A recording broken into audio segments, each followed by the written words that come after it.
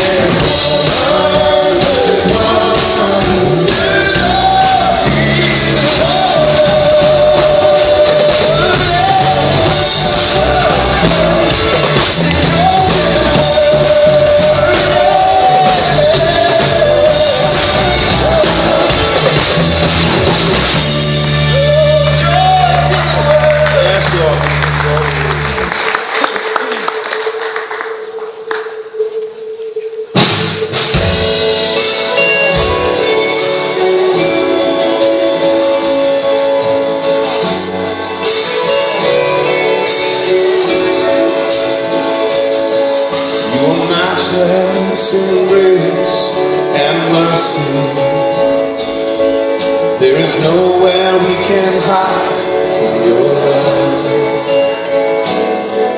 You were steadfast, never failing, you were faithful. Creation is an hour of who you are. You're the healer of the sick and the broken. You will comfort for every heart that knows. Our King and our Savior forever. For eternity we'll sing of you. For eternity we'll sing of you. We sing, God with us, God for us. Nothing can come against you. No one can stand between us. God with us, God for us. Nothing can come against. No one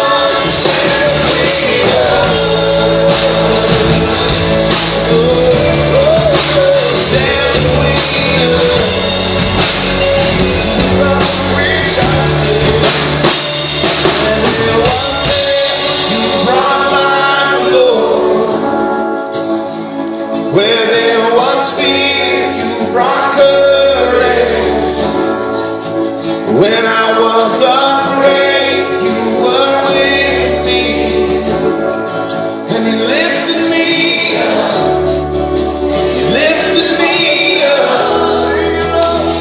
When you was there, you on my floor.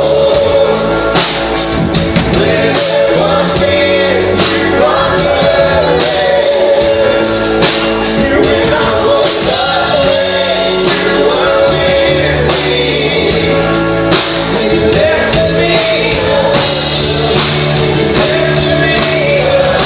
me up, you lifted me up. When there was fear, you on my floor. When there was fear, you on courage. When I was afraid, you were with me. When you lifted me up, lifted me up, lifted me up, lifted me up, lifted me up, lifted me up.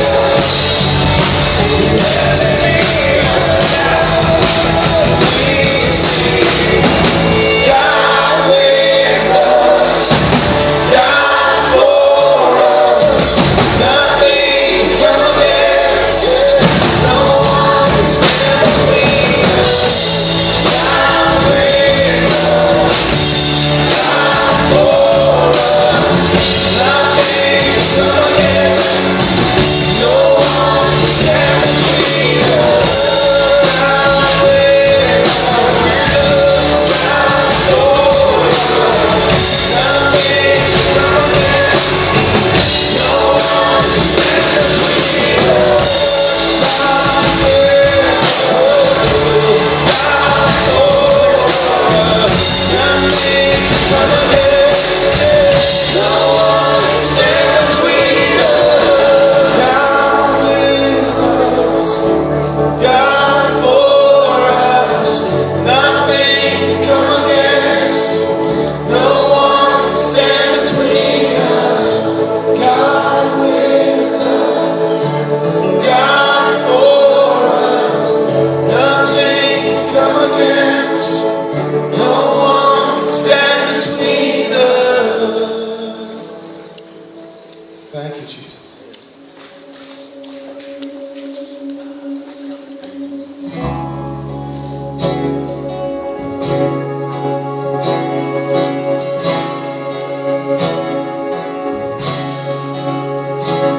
What child is this who lay to rest on Mary's lap is sleeping, whom angels greet with anthems sweet, while shepherds watch are keeping? What child is this who lay to rest on Mary's lap is sleeping, whom angels greet with anthems sweet, while shepherds watch are keeping? This is Christ the King, whom shepherds guard and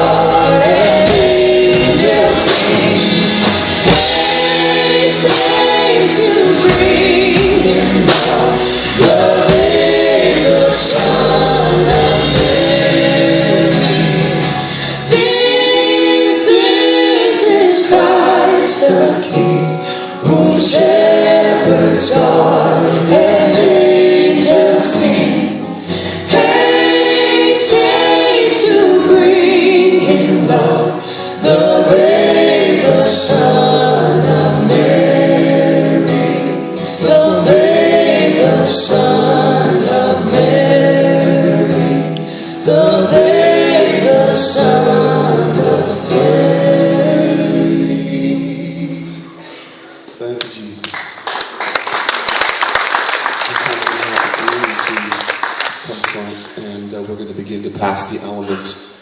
I had this reflection moment, if I may. God was trying to help me see some things in this season of life that I'm in. I'm going back.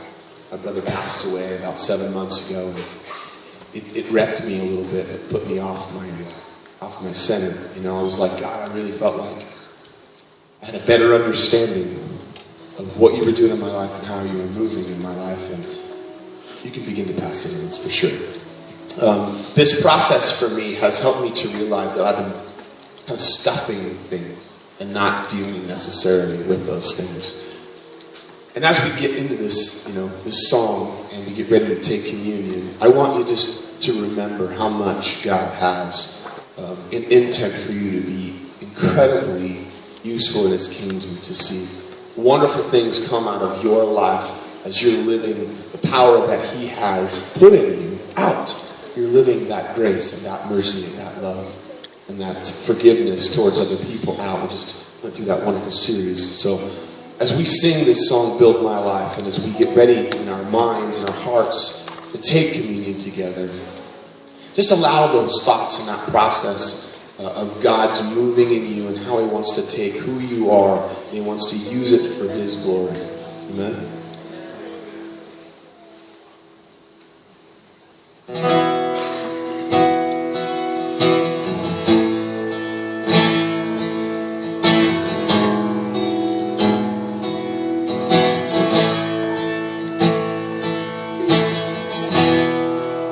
Worthy of every song we could ever sing, worthy of all the praise we could ever bring, worthy of every breath we could ever breathe. We live for You.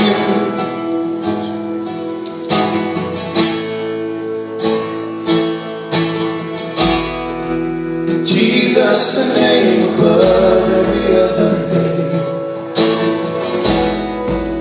Jesus, the only one who could ever save. Worthy of every breath we could ever breathe. We live for You. Sing worthy. Worthy of every song we could ever sing, worthy of all the praise we could ever bring, worthy of every breath we could ever breathe. We live for You.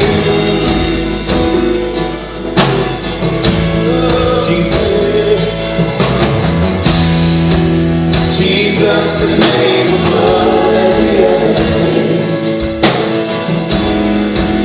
Jesus, the only one who could ever save. Worthy of every breath we could ever breathe. We live for You. Oh, we live for You. Holy, holy, there is no one like You. There is none beside You. Open up my eyes in wonder and show me who You are, and fill me with Your heart and lead me in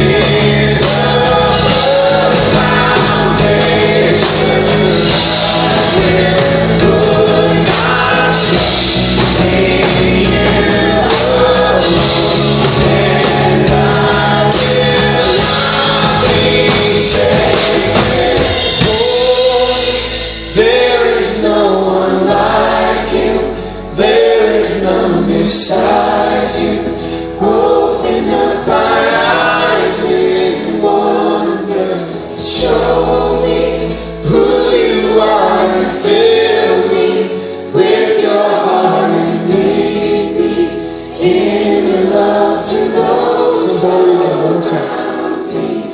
Holy, there is no one like you. There is none beside you. Open up my eyes in wonder.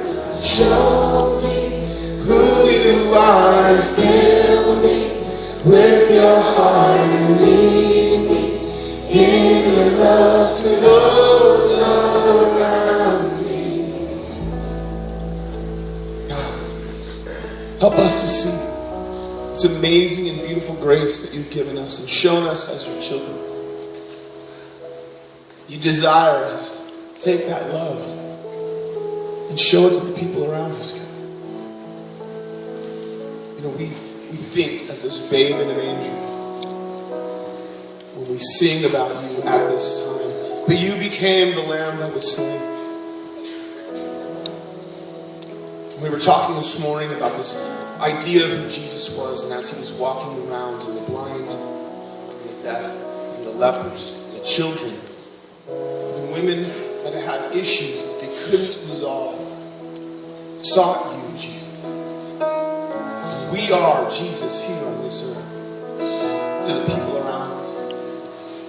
So as we get ready to take communion this morning, and we see Jesus with his arms spread out on that cross, and as your body was broken, God, and you became the sin offering, the burnt offering for us,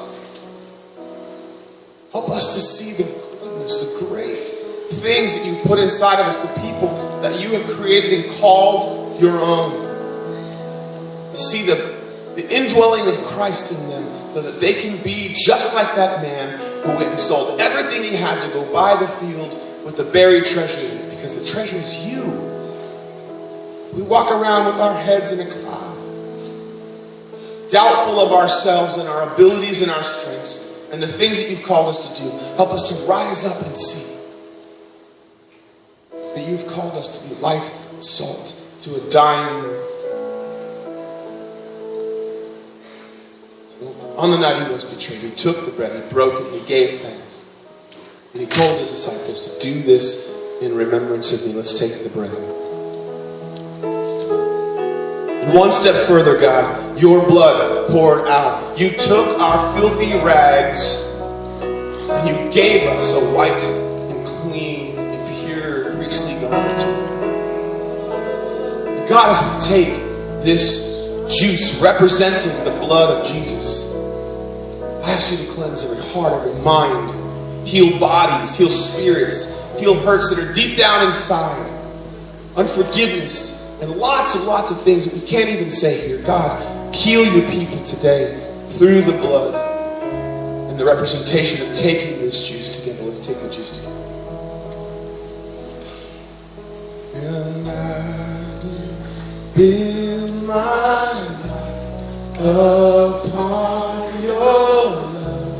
It is a firm foundation, and I will put my trust in you alone, and I will not be shaken, and I will build my life upon your love. It is a firm foundation, and I will put my trust in you alone, and I will not be shaken. God, thank you for your goodness to us. You give us the ability to come together to worship you and praise you in this place. These people are amazing. Thank you for pure heart, what it is to this valley, what it is to this state, what it is to this country and this nation. Continue to expand our horizons to see past where we are to where you're taking us. In Jesus' name. And all God's people said, amen. You may be seated. Well, this morning as we take communion, think it's such an appropriate time to come and celebrate all that Jesus did for us. And I don't know if you're like me, but right now in the hustle, the bustle of this season, and trying to navigate parties and presents and all of these things that we've made Christmas about, communion is something that grounds me and brings me back to the honesty and to the reason and to the hope that we have and why we celebrate. And the greatest gift that you and I could ever possibly receive has already been given to us. This morning as our ushers come forward to receive our tithes and offerings, I'm reminded that it's not what we give, but it's the heart that we give with. So if you would pray with me, let's ask God to take these tithes and these offerings and continue to bless our community, that others would know the hope of Jesus this season. Father God, we come before you. It's such an honor, Lord, that we can give back just a little bit. Lord, we ask that you would do only what you can do, that you would take these tithes and these offerings, that you would multiply them in ways that we cannot even imagine. God, that in the midst of the craziness of this season, God, that you would continue to allow us to be a light into our community and into our world with the hope and the love that we have in and through your Son. And it is in the mighty name of Jesus Christ we pray this morning. Amen. Thanks for visiting Pure Heart Church. If you are new, please fill out the guest card attached to your bulletin and bring it to the information center in the lobby. We would love to connect with you and help you explore the exciting things available to you and your family. Pure Heart is a place where you are encouraged to come authentically as you are, experience healing and growth, and discover meaning and purpose through relationship with Jesus Christ. Pure Heart is a family of Christ followers committed to making disciples who love God and love others. We connect with God through worship, salvation, baptism, and communion. We want to help you grow with others in the family of God through personal, relational, and intentional discipleship. This happens through discipleship coaching, life together groups, classes, and healing and support ministries. We are a community that values transparency, vulnerability, and relationships. In our shared connection with love for Christ, we go out into the greater community and the world to make real change. Will you join us? At Pure Heart, we desire to see children and students develop lifelong faith through connecting in small groups, partnering with parents, and giving opportunities to serve others. To get connected, please stop by the Information Center in the lobby or visit us online at pureheart.org. Well, good morning, Pure Heart. How's everybody doing this morning? All right. Well, next weekend, we get to do this really awesome thing across the way in our gymnasium called our toy Christmas drive. Now, you guys might have been hearing about this for the last couple of weeks. And we are partnering with local schools. We want to see 300 children be able to have gifts this year to celebrate Christmas. And one of the coolest things about the toy drive is that families come next Sunday and they actually get to shop. So we aren't just telling them, here's your gift. They actually get to shop for the gift for their kids, take it home and wrap it and give it themselves. So if you would love to be a part of what is happening through that toy drive, you can go out in the lobby, pick up a piece of paper, and give you some suggestions on things you can buy. Go out to the store this week, grab your family, grab your life group, grab everybody together, buy some gifts. If you want to take some pictures, you can snap those and upload them using the hashtag #SharingChristmas. And then next weekend, bring those unwrapped gifts and leave them in the lobby, and you will help us make an incredible impact on children's lives this Christmas season. Also, we have 6 Christmas Eve services coming up. Yay! Woo-hoo! We're going to have 6 services. We're going to have ASL interpretation. And all 6, it's going to be an amazing message that we have, but we need your help. So inside of your bulletin this morning, you're going to notice a flyer where you can get involved and help volunteering for Christmas Eve services. If you would take that out, figure out which service you're going to go to, and then pick one that you could serve at. Circle that, and then look through the list of opportunities. Find out which one resonates with your heart the most, and if you would pick one and just mark off the area that you would love to serve in, you can leave that slip with an usher on your way out today, and it would be an amazing blessing to our church family as we serve for Christmas. Also, in your seat backs, you're going to notice red cards. One of the cool things that we do is we're going to invite you to list those that God has put in your heart that really need the hope and the salvation of Jesus Christ. Maybe it's a coworker, maybe it's someone you go to school with, maybe it's a family member. I would just encourage you, take a moment today, write the names of those that you are praying for this season, and know that our staff gets together and prays intentionally over every name on those cards. And we hope that all of those folks would come to know the love and the saving of Jesus Christ this Christmas. I'm glad you guys are with us this morning. We have an incredible message for you. I thought we were in hell before, with the medical issues, losing everything. But this was a new level. I was missing a lot of work, and it got to the point to where I didn't have any way to pay my rent or to pay my bills or anything like that. Oh, good morning, Pure Heart. How you doing this morning? You doing well? Yeah. Are you doing well, family? It is great to see you. Thank you for making church a priority. Everybody online, we're so glad to have you tune in with us today, especially our Crossroads Recovery family. We love you guys, and we're standing in faith for your healing and victory. Let's give a big hand today. And so, family, we are in the second week of a powerful series talking about this tension between rejoicing this time of year and then dealing with some things in our soul that have brought us loss and have brought us sorrow. I always find it soul-searching that why at Christmas time, when it's a time of so much rejoicing, that there are so many people who are dealing with intense sadness this time of year. According to the World Health Organization, depression is now the leading cause of disability worldwide. From suicide to rape to divorce and addiction, they say it all stems from a deep loss of hope that leads to depression. And we talked about this last week, that the greatest human experience that tries to darken our hope the most is a four-letter word that we understand as loss. Say that with me. Loss. That we all go through life, and all of us as we go through life experience loss. It's impossible to get through life without experiencing some kind of loss. And last week, we talked about the most difficult loss of all, the death of a loved one. How many were here last weekend? Just raise your hand.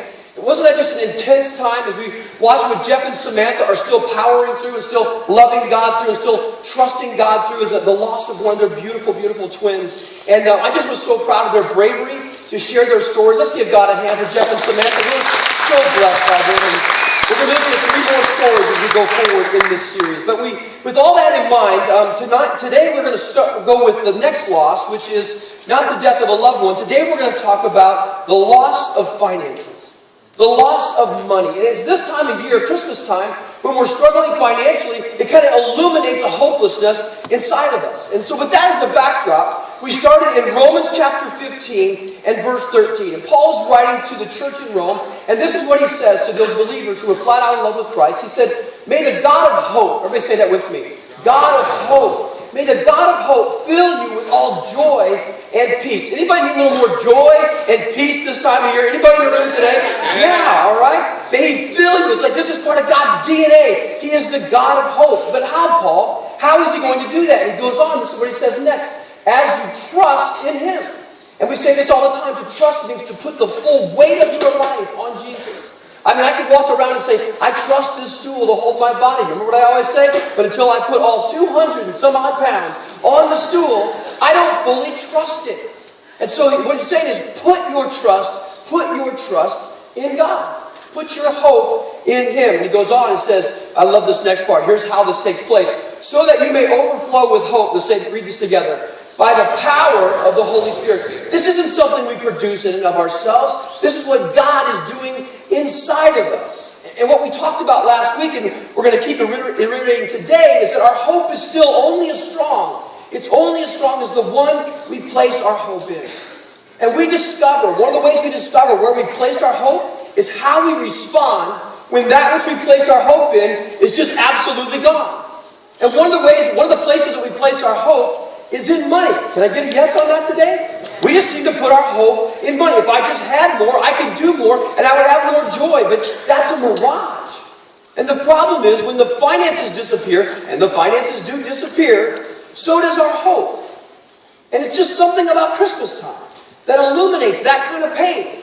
When we look around, there's things we want to do. We look what other people are doing. We just struggle this time of year if finances are an issue for us.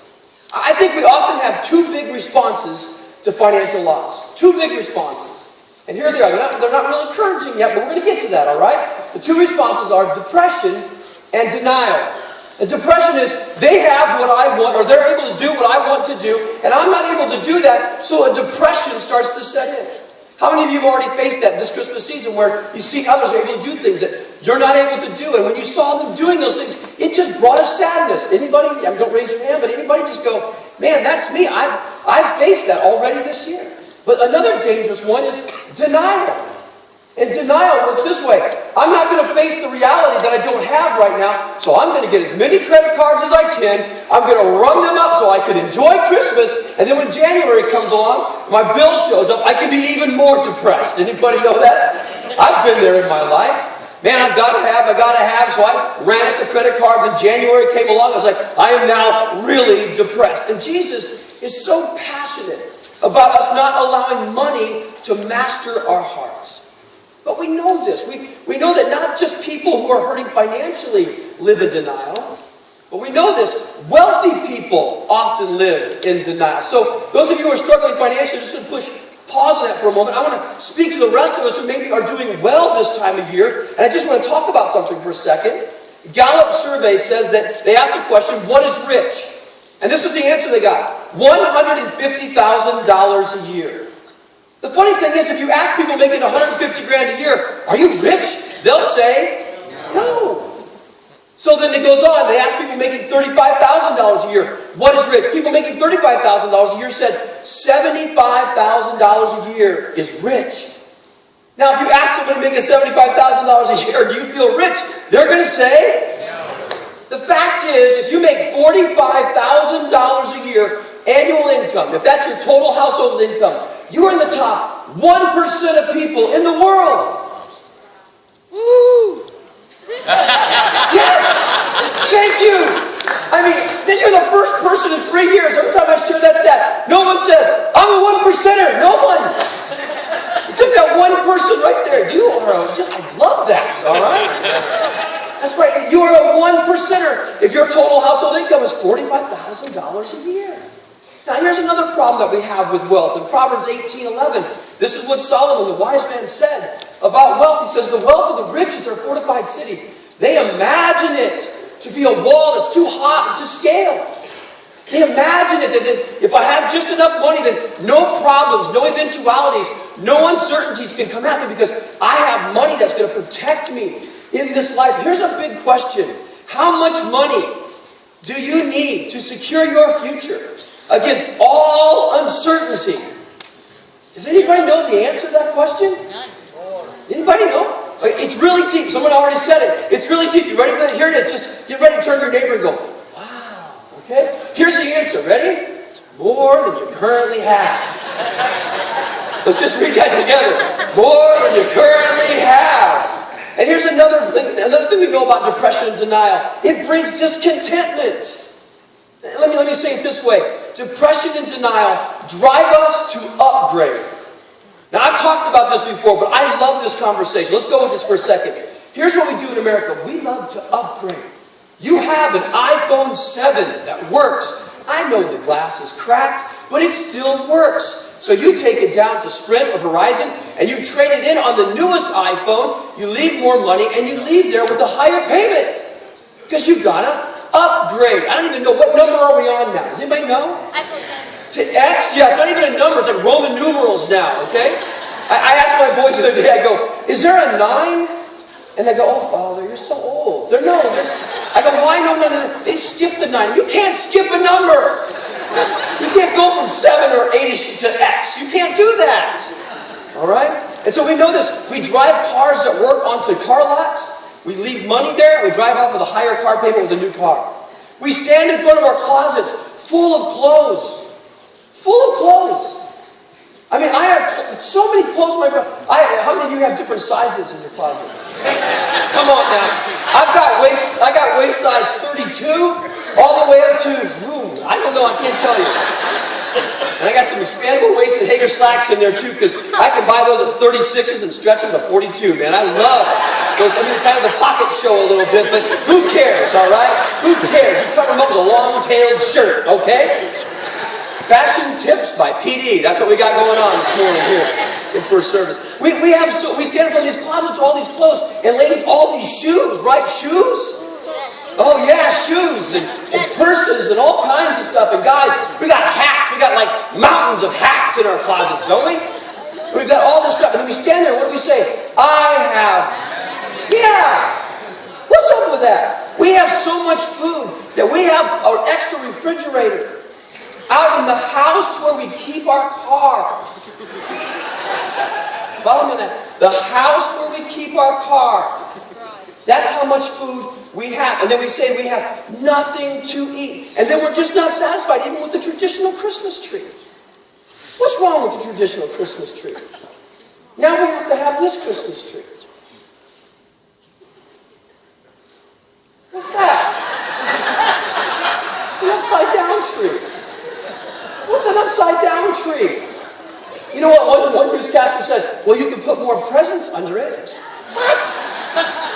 When I was at Sam's Club the other day, and this is no joke, they were selling this tree at Sam's Club. And friends, I just want to tell you, if you own this tree, I don't even know what to say about it. Don't be offended. Come back. Hopefully you'll come back. But here's the tree I saw at Sam's Club. What is that? That's a skirt with like a woman's. Yeah, I don't understand it. Besides, like, it's $100. Where do you put that? Where do you hang the ornaments on that? I don't know. I'm asking questions here today. I'm asking questions.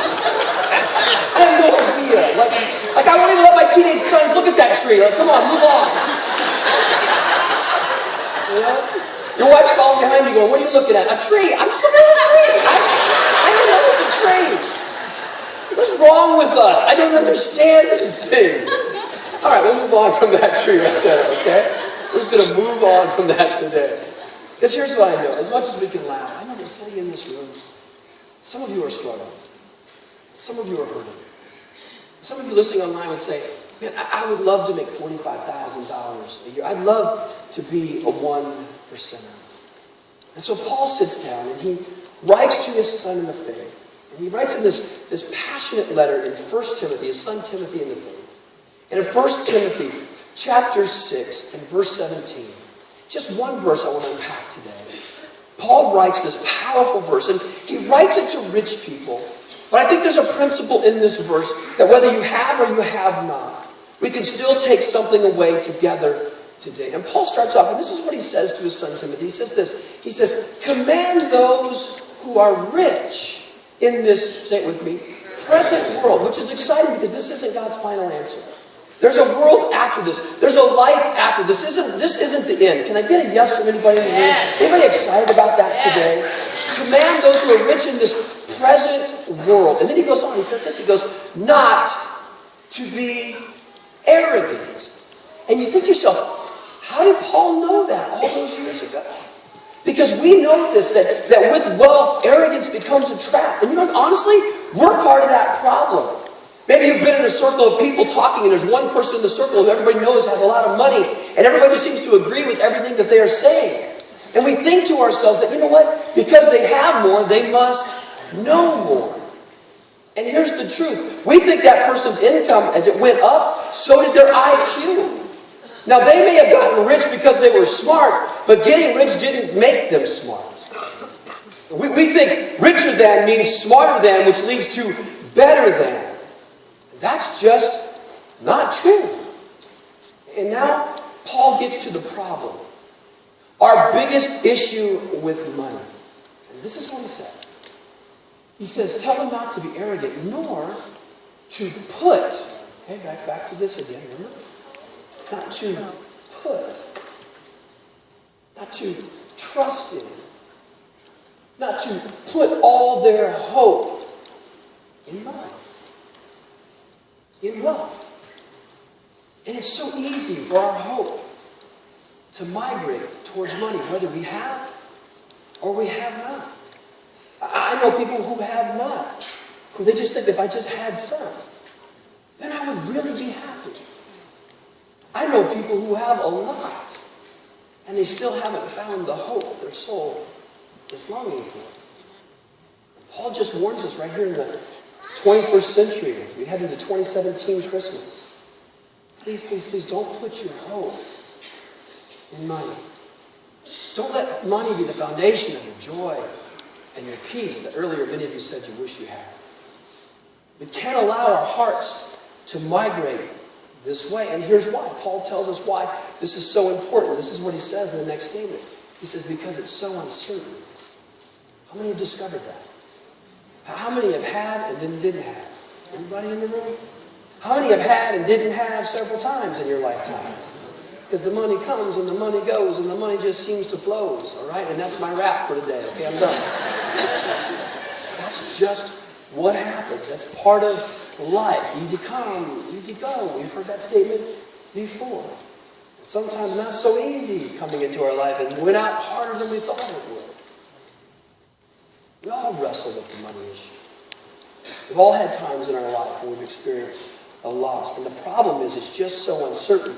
And when we put our hope in that, that's where our joy and peace is going to be. It's going to leave us with more hopelessness, which will lead us to more depression and possibly more denial, which will eventually lead us to more depression. I know that's not real exciting today. But we have a very brave lady in our church. Her name is Dawn. She has recommitted her life to Christ in the last couple of years. And she's been on a journey. All the stories we're sharing with you this Christmas time are real live folks right here in our church. They're real journeys. And none of them have like that wrap it in a bow kind of ending right now. They're still all in process. Here's Dawn. And here's her story. I started experiencing a lot of low back pain, pain radiating down my left leg. Tried various treatment options, physical therapy, steroid injections, epidural injections. The quality of my life just kind of started diminishing. I was getting depressed. I wasn't able to do a lot with my son. I ended up opting for surgery. They took out part of a herniated disc that I had in my back that was causing the pain. Within a couple weeks, I was feeling better. Months passed, I was feeling great. I started having the pain again, but this time the pain was radiating down both of my legs. One morning, I woke up to a wet bed. I stood up out of my bed. I fell to my face. I couldn't feel my legs at all. And I was taken to the Banner Thunderbird Hospital, and I was told I had a condition called cauda equina syndrome. What had happened is the healthy part of my disc that was left in after my previous surgery fell down through my spinal canal and compressed all of my nerves, causing loss of function and feeling from the waist down. And I had to have emergency surgery. I was in and out of the hospital. I am a single parent, so my income is the only income that provides for my child. It was probably one of the hardest times in my life. Was tired of being in the hospital because I spent probably in all about 2 months in the hospital after my second surgery because I kept getting kidney infections and I was having other kinds of health issues, and it got to the point to where I didn't have any way to pay my rent or to pay my bills or anything like that. Dawn is an incredible story. She was here last night, and I was just so... She looked at me before service, she says, I'm really nervous. And I go, I just thank you for your bravery. To say, kind of, here's where I'm at, here's what I'm walking through, here's what I've gone through. And what I know is that Dawn's not alone in this place. There's others sitting here today, there's others listening online, and maybe you find yourself even in a worse place than what she's going through. But Paul goes on in 1 Timothy chapter 6 and verse 17. He says it's what we all know in our minds to be true, but we often don't always carry in our hearts. And this is what he says. He says, but put their hope in God. But you put the full weight of your life on Christ. And I want to give us an opportunity today. I want to give us an opportunity to see where we have placed our hope. And you're going to be tempted to want to give the church answer. You're going to want to be tempted to say, well, Jesus, or I believe it's God. You're going to be tempted to do that. I really need you today. You really need to examine your heart And I want you to be honest about this, okay? I want you to really, truly be honest with your reaction and your feeling. Because if you're not, then this little process we're going to go through is just going to be something, oh, it's kind of interesting that he did that, but really own this today. I'm going to ask you two questions. I'm going to make two statements. And I want you to tell me, in your own heart, I want you to be honest with yourself. Tell yourself, which one of these statements gives you the most angst? Gives you the most concern? Gives you the most like, ooh, that would not be good. And I really need you to be honest today. All right, I know I'm setting this up dramatically, but you're going to see in just a second, because it can be real easy in this moment for you to give the Sunday school church answer. And so here's what I want to ask you. Here's what I want you to own. Which of the following two statements gives you the most sadness, gives you the most anxiety, gives you the most concern? The first one is this. You ready? There is no God. That when life is over and you take your last breath, you just dissolve into the earth eventually. This life is just done. Or second,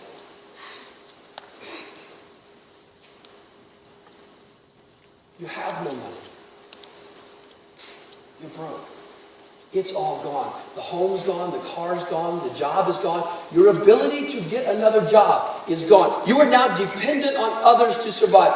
You have no money. Honestly, which one makes your heart just beat a little faster? And if you're honest with that question, then you can tell where you've placed your heart. Because I want to be real with you today. There are some who, when I said your money is gone, that actually in the moment caused you more concern. Then this life ends and it just dissolves, and that's all there is. Where's our hope today, family? Where's the foundation of our lives? Now, what I want you to understand, for those of you who have, let's move back to those who have right now. I'm not saying don't enjoy Christmas, don't spend money, don't go out and buy great presents and do great things. We should enjoy the things that God has given us. Can I get a yes today? We should enjoy the things that He's given us. Because Paul goes on and he ends this verse, and this is what he says at the very end of this verse. He goes on and he says this, who richly provides us with everything for our enjoyment. Isn't that good? Enjoy it. If you want to get that iPhone X, go right ahead if you can afford it. If you want to buy an upside down tree, go for it. If you want, don't do the other tree. But if you want to get some stuff and give some stuff and enjoy your life, it's okay to enjoy the things that God has given you. It's okay. If you can afford that new car, get that new car. It's okay. Just don't allow that to be the place that your hope resides. Just don't allow that this Christmas to be where you think you're going to find great satisfaction and great contentment. And Paul goes on, and he simply, if you're going to read this later on this week in your study time, read the rest of this passage. He says, you know what? He challenges them to be rich in good deeds, to be generous with one another, so that you can find real life and a solid foundation for the life to come. That's what he says. And here's what I want you to understand today. I want you to understand we cannot place our hope in riches. We must place our hope in Him who richly provides. Can we just say that together? Guys, put that up on the screen, please. Let's just say that together. Ready? Go. I will not place my hope in riches, but in Him who richly provides. Let's say it again like we mean it. One more time. Ready? Go. Just you guys. Ready? Go. I will not place my hope in riches, but in Him who richly provides. So what if you don't have this Christmas? What if financially you're struggling this Christmas? Here's another question for you. Is it possible to enjoy Christmas without money? Yes. Yeah, there you go, family. You're getting that. Is it possible to really have a great Christmas if you have no money? I believe it is. And so I sat down this week and I was thinking through some things I've seen over the years and ways that we have celebrated, ways other people celebrated when money was tight. I had a friend of mine who did this. He had a terrible accident. He had a disability. He wasn't able to work for a long period of time. And that first Christmas where he's able to start to move a little bit and get around and he's able to do stuff around the house, but he really couldn't lift much, he gave me a coupon book. I'll never forget this. A 12 coupon book that he hand wrote himself.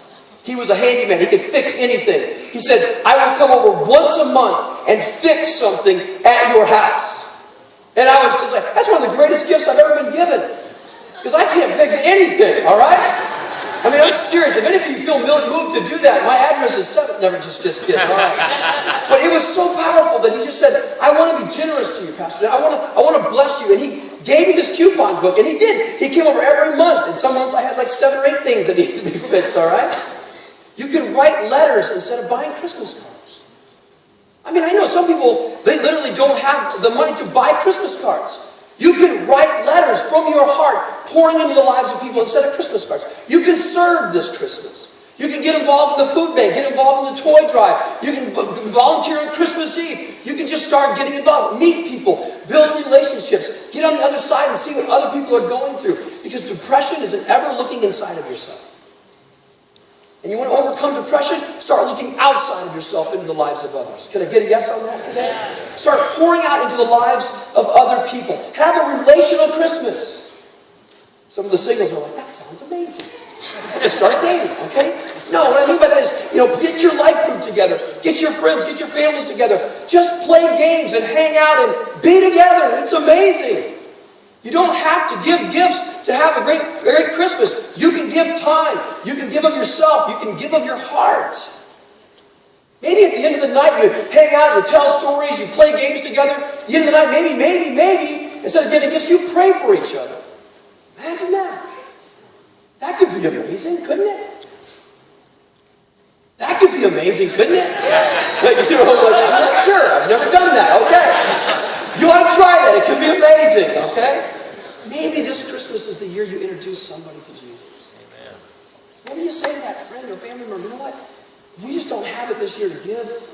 Well, would you come with us to church? Maybe you'll have the joy that I did last night. As I watched my Sunday school teacher, who I was in 5th grade, he's been bringing his accountant to church. Even accountants need Jesus. We really need Jesus as they get ready for tax season. And this man has been through so much. And they've been bringing him now for a couple of months. And last night, my Sunday school teacher and his wife, they weren't able to make it to church last night, but this man showed up and he sat right back there, 2nd row for me and on my left-hand side. I gave the invitation to receive Christ. And he was the first hand to go up. This is so exciting. Maybe this Christmas you will have the absolute joy of giving someone, introducing someone to the greatest gift of all, the Son of God, the Savior of the world, the King of Kings, the Lord of Lords. His name is Emmanuel. Oh, absolutely. And so it's possible to have a great Christmas, even if right now you're struggling financially. If your hope is in God and not in stuff. Amen. So Dawn has discovered this. And here's the last part, the second part of her story. I was in need of a food box one afternoon, and I felt guilty coming here for a food box, and so I decided to come to service. And Pastor Dan was speaking that morning, and he started talking about anxiety and panic attacks, which I can relate to, and the famous "it's okay to not be okay." And I was like, I love this place. I just kind of jumped in. I went to the Becoming Part of the Family class, and I joined, and I went to one of the Connect sessions after a service. I was baptized a month after being here. The church family here at Pure Heart, they came to visit me in the hospital. Some people came and cleaned my house for me after I got home. That was like really the first time in my life that I had really experienced like that kind of just realness and then the love. I started to heal, and with the aid of a walker I was able to walk. Last Christmas was very difficult for me because I was in and out of the hospital. I wasn't able to really do any shopping for him, but I was able to take advantage of the toy drive that they had here, so that was really nice. When I was going through these surgeries, Pure Heart helped me pay my rent through the benevolence fund. I think that's really when it hit me that was God providing. Via Pure Heart, God provided. I recently started on the communion team. It makes me feel good. I feel like it's the least I can do for all that Pure Heart's done for me. And this weekend will be my second weekend doing it, and I'm looking forward to that commitment. I still stress about money. I still live paycheck to paycheck, but we're always provided, our needs are always met. And if I have to go to the food pantry, I have to go to the food pantry. If I have to reach out to an outside organization, you know, I'm making it work. I am not by any means out of the woods financially. I still struggle. This Christmas, I am looking forward to receiving help from the Pure Heart Toy Drive. I don't know that I'd be able to provide much more for my son this year because of our financial circumstances, so I'm really appreciative of that. Good news is I recently was promoted and had an annual review, so I have a pay increase coming to me. My hope through this process is that God continues to provide for my son and I. He's restoring my health and providing financially, and all of our needs are being met. Good God.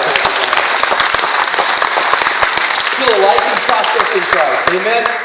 Bow your heads with me for just a moment as we close today. I don't want to end the service without giving you the opportunity to receive the greatest gift of all, the hope and the love of Christ. And so if you're here today, maybe for the first time in your life, you need to say yes to Jesus. I say this every weekend. It's the greatest decision you will ever make. To give your life to Christ, to commit your life to Him, to follow Him, to trust Him, to put the full weight of your life on Jesus. Maybe for others sitting here today or listening online, it'd be more of a rededication of your life to Christ. Maybe this wasn't the first time. Maybe years ago you asked Christ to come into your life. And man, if we could hang out after service, I say this all the time, we could hang out after service and talk, and you can tell me your story. Maybe you're far, far away from where you were with Christ those years ago, or even maybe just a year ago or a few months ago. And today you just need to have that moment to say, you know what, I'm coming back home to you, Lord. I want to trust you with my life. So that's you today. For the first time in your life, give your life to Jesus. Or today is a rededication of your life to Christ. If that's you, especially those of you sitting here in this room, what we do in this house is every weekend we raise our hand. You raise your hand, you're saying, that's me, and I need Jesus today. So if that's you, without hesitation, there's hands already going up. Would you just raise your hand really high and say, that's me today? Just raise your hand. Absolutely. Yes, yes, yes. And yes, I see you back there as well. Anyone else? I need Christ today. Oh, that's beautiful. All of you with your hands raised, go ahead and put them down right now. Pray this in your heart because Jesus hears you. Say this, Lord Jesus, right now in this moment, I commit my life to you. I trust you with my life. This is important. Tell him this. Forgive me of my sin. Oh, God, you know what it is. I give it to you right now. I confess it is wrong. Thank you for your forgiveness. Thank you for your love. Thank you for your hope. Say this to him. Thank you for never giving up on me. I trust you with everything in my life. Fill me with your Spirit. Fill me with your presence. In Jesus' name. And everyone said, Amen. Come on, give God a huge hand. That was beautiful. That was beautiful.